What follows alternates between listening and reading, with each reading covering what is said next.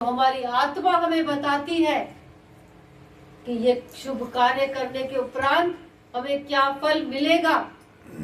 वो हमारी आत्मा हमारे चित्त का हमें अनुभव करवाती है कि हमारे चित्त में क्या है, हमारे आत्मा की असली भूख क्या है,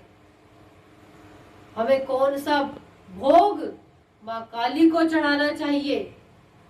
वो हमारी आत्मा हमें बताती है। हमारे गुरुदेव इस दिशा की ओर हमें लेके जाते हैं। तो ऐसा विचार करके वो सभी देवता अपने आप को ही क्रोधित हो रहे हैं, अपने आप से ही, कि हम कितने स्वार्थी हैं कि हम अपने सुख की वजह से अपने इष्ट को याद कर रहे हैं। हम अपने इष्ट को इसीलिए जीवित देखना चाहते हैं कि हमें कोई भविष्य में कोई दुख ना हो, परेशानी ना हो।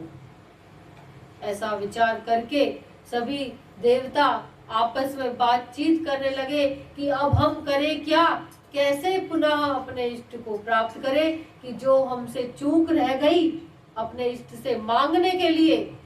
हमें उनकी भक्ति, उनकी शरणागति उनसे मांगनी चाहिए थी, सद्गुरु की कृपा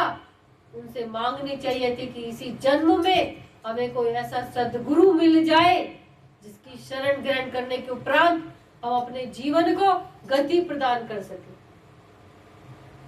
जिस दिशा पर चलकर हम अपने इष्ट की प्राप्ति कर सके इसी जन्म में,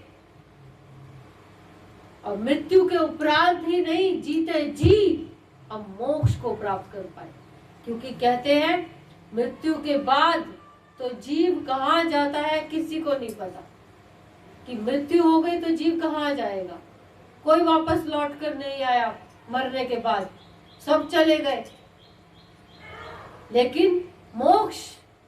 मोक्ष है जीते जी, यदि हम अपनी इंद्रियों के सुख से